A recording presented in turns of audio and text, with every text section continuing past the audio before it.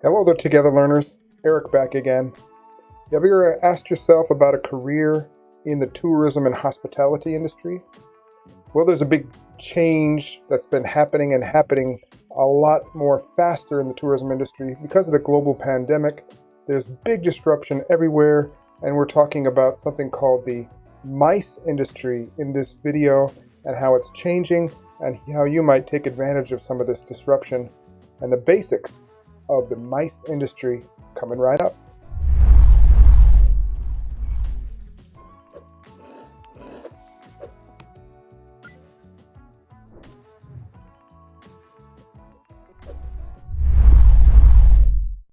All right, MICE tourism. It's an acronym. It means a bunch of things. I'm definitely going to tell you what it means, but in large part, it just means travel and travel for a specific purpose.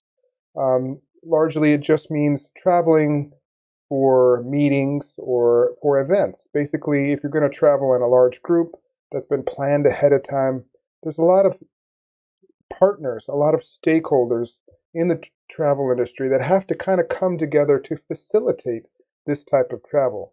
Think about the Olympics, right? It's not only the Olympic Committee where each country has to get involved somehow so they can arrange participation of all the athletes and guests, but that host country has to get consensus from the people and the government and hotels, restaurants, all have to kind of work together to make the Olympics a success. And in the last Olympics, that even involved policymakers and the health industry and doctors and all types of other new things that are happening, as well as we'll talk in this video, the inclusion of hybrid and online events to augment the disruption that's happening with these restrictions of travel all around the world. So the MICE industry, in essence, is all about putting on events, facilitating events, and all the stakeholders that are kind of a part of making that happen. It's not just one type of business or one type of stakeholder, right? There's a lot of different facets involved. And if you wanted to get involved in the tourism industry, you might find yourself very likely, at least tangentially, related to MICE tourism. Right? So let's talk about those acronyms, right? The first one is M, which means meetings, and it's any type of occasion where you have to travel for business. And think about a traveling salesman that puts meetings together and maybe travels all over a country or even the world to meet with potential clients or to meet with ongoing business situations, maybe to make a new sale or to shore up relations, right? You have to go break bread, as it were, with potential people that you want to do business with, and you have to facilitate this in some way. So that's one of the reasons why you have business offices in hotels and sort of meeting rooms and convention centers to facilitate these small and large meetings, usually for business, right? You see this all the time, but it's happening less and less for especially when it's not as important as we get to do these online type meetings using Zoom and teleconferencing. People are getting much more comfortable doing it, although this is never going away completely. And you could start to see maybe some hybrid type events, and maybe hotels are going to start to have to incorporate more teleconferencing hybrid situations in their offerings to their guests, especially business travels, so they can host these type of kind of hybrid slash meeting events moving towards the future. Next one is incentive travel, incentive tourism. This is kind of becoming a rare thing, really. A lot of businesses, especially in sales, used to incentivize their workforce by offering some large group travel at the end of the year if the company met their quota or their safety margins or whatever that meant, right? I worked for Microsoft for a couple of years, and every year we would rent out an amusement park, and everyone would get to travel there and have the whole place to ourselves. And it's kind of like a team building, thanks for everyone type situation. back in the day, magazine salespeople. Nobody reads magazines anymore. But if they sold a certain amount of magazine subscriptions in a year, they got a trip to Hawaii or something like that. It's supposed to motivate you, incentivize you to work as a team, meet your sales quotas, and work harder. And there you got rewarded with travel. So travel companies in specifically, would put together these packages and offer them through companies to offer their employees for these incentive type situations. And maybe they'd buy them in bulk, and there'd be all types of kind of deals set, and kind of selling at wholesale, as it were, and setting up with hotels and businesses so the companies and employees could travel together in this way as well. Next one is conferences. Conferences now are happening more and more online. We have tons and tons of new online event platforms. Some of them are using things like Zoom on top of what they are to organize, breakout sessions or discussions and panels and all those type of things that happen maybe in, for example, an academic type conference. But there's all types of conferences, and they need to get together or not in online. And it's a big part of the MICE industry. Conventions, conferences, there is a different couple of type of C type situation where you could put this in instead. Really, these are kind of larger scale, usually based around a specific kind of industry. Like there's conferences for perhaps like bank executives or people that work in textiles or whatever have you, and people need to get together for that specific reason, that do business and network and share ideas, etc. So it's based around a topic or common interest, and they have a reason to get together and exchange and, again, break bread, as it were, see each other and build relationships, make new ones, and keep old ones. Now, the last one is events. And really, a lot of people in the tourism industry are kind of moving away from the word MICE because a lot of these are getting outdated. For example, incentive travel is really starting to evolve and change into something new. So a lot of people that are talking about the MICE industry now will often just refer to it as event tourism or event travel. Something that's related to an event. A meeting, maybe you could call an event or could not call an event, but I would argue easily that conferences are events as well, right? Any type of situation where you have a large group of people, small as well, trying to get together for a specific purpose, you could call an event. And now these events are now online and hybrid and also coming back to in person. So events have a lot more meanings and it's much more broad. And so I think possibly, this is not something set in stone yet, we could see basically the MICE term kind of just turn into event tourism or event management, and kind of have that blanket term for the rest of the type of travel around this topic, around the MICE tourism. Right, so let's go back and talk a little bit more about the stakeholders and the key players here, because this is at the essence what you need to know about the MICE industry, because it's not just one type of player. There are many different types of players in the MICE industry, and they all kind of have to communicate with each other and coordinate with each other to really facilitate MICE travel, because it needs a lot of different things. You need to have the policy to bring in large groups of people from, for example, if it's an international travel, large group of people from different countries at the same time into the country. You need to coordinate with hotels and restaurants to be able to facilitate them staying somewhere.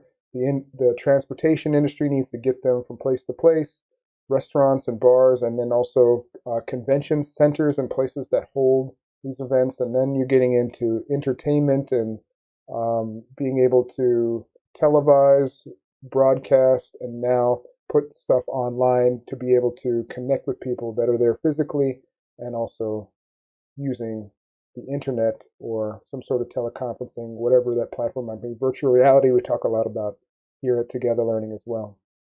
So you have these clients. They're basically the people who want to put on the event, the people that are putting the money up front usually for the event. And sometimes they're putting on an event and they hope to make money by selling tickets, or they're putting on the event for a sponsor or commercial sponsor. We'll see at the end here.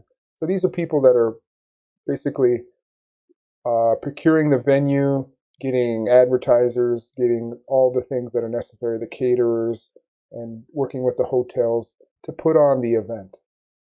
So they're the players, they're the kind of like the event organizers many times. They're the people that actually put the event together, recruit participants, or disseminate the information and market it. And they're working with everybody else to make money in this space by organizing and putting on and curating and basically making events, managing events. Next, we have the suppliers here. There's a big type of range of different suppliers in the MICE industry. They provide different services, conference rooms, like entertainment firms that will rent camera crews to record things and put on a live event, or you need a stage. For example, in the esports industry, you're going to rely heavily on a supplier that can come in with a ton of computers and networking and be able to make large screens and put on like a big, like a technical support type entertainment event. Hotels, of course, in this. Insurance is also big in this because people are traveling.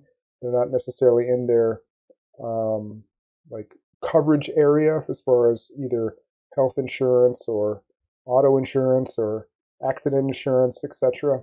So they might be supplying insurance as well. And there's all types of other possible suppliers that you have to work with as well that are selling things and supplying services, goods, and experiences for the MICE industry. Other very key player are governments and regional associations. So at the time of making this video, I live in Kyoto, Japan, and Kyoto, Japan has kind of three organizations. One is called the Kyoto City MICE Office, which is run by the prefectural government of Kyoto, and they kind of coordinate and use tax dollars to promote services and people to actually come to Kyoto, because that is actually a revenue maker plus revenue maker for the city and for the state, the prefecture of Kyoto, by attracting people to Kyoto and having them spend their money here. The hotels are taxed at a higher rate here, and so travelers come and whatever money is spent by taxpayers to facilitate and attract more travelers to Kyoto, especially do it in a safe, sustainable way that is better for the people that live in Kyoto, right? They have a part to play as well in the policy and the congestion issue that happens sometimes with large-scale tourism. Too many people in too many places will sometimes annoy the locals. So the city has to be kind of a go-between, strike a balance between inviting people and not being overcrowding for the people that actually live there.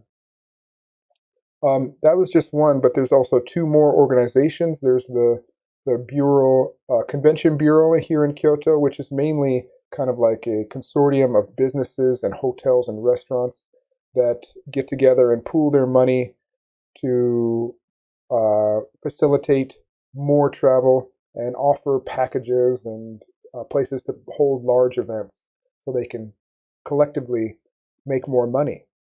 Then there's also a DMO, which is a destination management organization, which is largely, it's very popularized in Japan. It's some places else in the world. It's called different things in other places, but it's supposed to be a melding between public and private.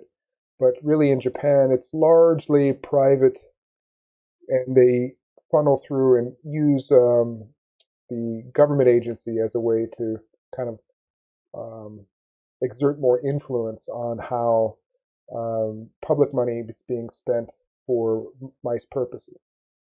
And of course, then you have commercial sponsors. They'll probably work with the clients for whatever reason. So usually an event, there's a couple of ways to make money, right? You can sell tickets, and hopefully you sell more tickets to make enough money to pay for the insurance and the venue and the food and all that stuff. But many times a company will put up the money and either discount the tickets or make it free for people to come, and that organization gets to promote a product, a service, their image, etc., etc. Like go back to the Olympics example. Every time the Olympics happens, companies pay hundreds of millions of dollars to show their name and be connected with the Olympics. And so they are a commercial sponsor for it. And so if you're an event client, you might be buying things from sellers, but your budgets might be really tied to these commercial sponsors. So government and regional associations like that DMO or that hotel restaurant bureau, convention bureau, are always trying to network with possible sponsors, because that combination, all they need now is to find somebody willing to organize the event to make some money, and then offer them the sponsorship, and then they can run with possibly holding larger events without a lot of risk to the client or the person buying the venue, because the hotel is going to put up the space and maybe the catering, and the sponsor is going to guarantee a specific amount of money. Therefore, the event may get approved to go ahead, and then maybe not, they get enough people, sell enough, but the event still happens. It's still fairly safe to move forward the event. So you can notice that there's a lot of different players, a lot of situations happening here. And if you're in the tourism hospitality industry, you're very likely to be a part of this in some fashion. Right? There's all types of events that could happen. They're cultural events. We talked about the Olympics, sporting events, business events around specific industries and types of careers, accounting into science to art. There's all types of things and reasons to get together. That should be quite obvious.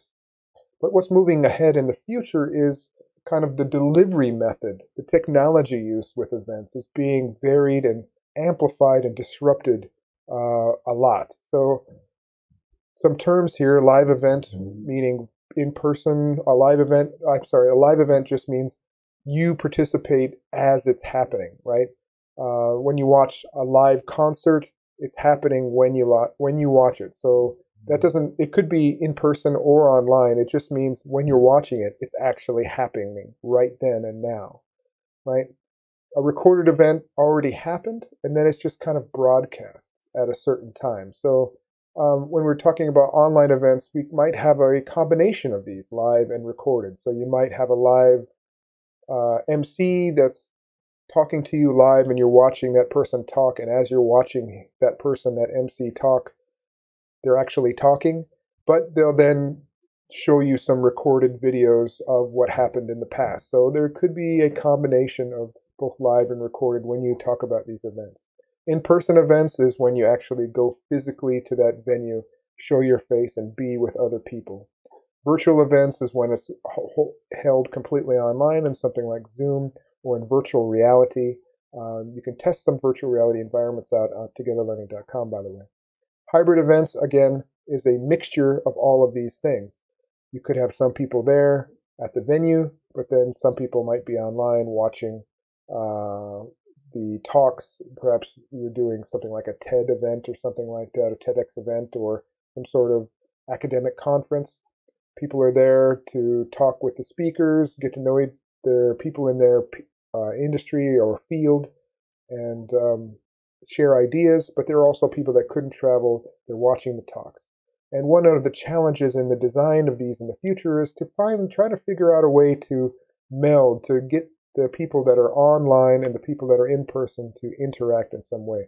It's something I've been tinkering with and doing research on for a many number of years, and you can find some projects on that on our websites as well. Right. Well, that was a little bit about the MICE industry and what it means to be a part of it and your introduction to it. What do you think?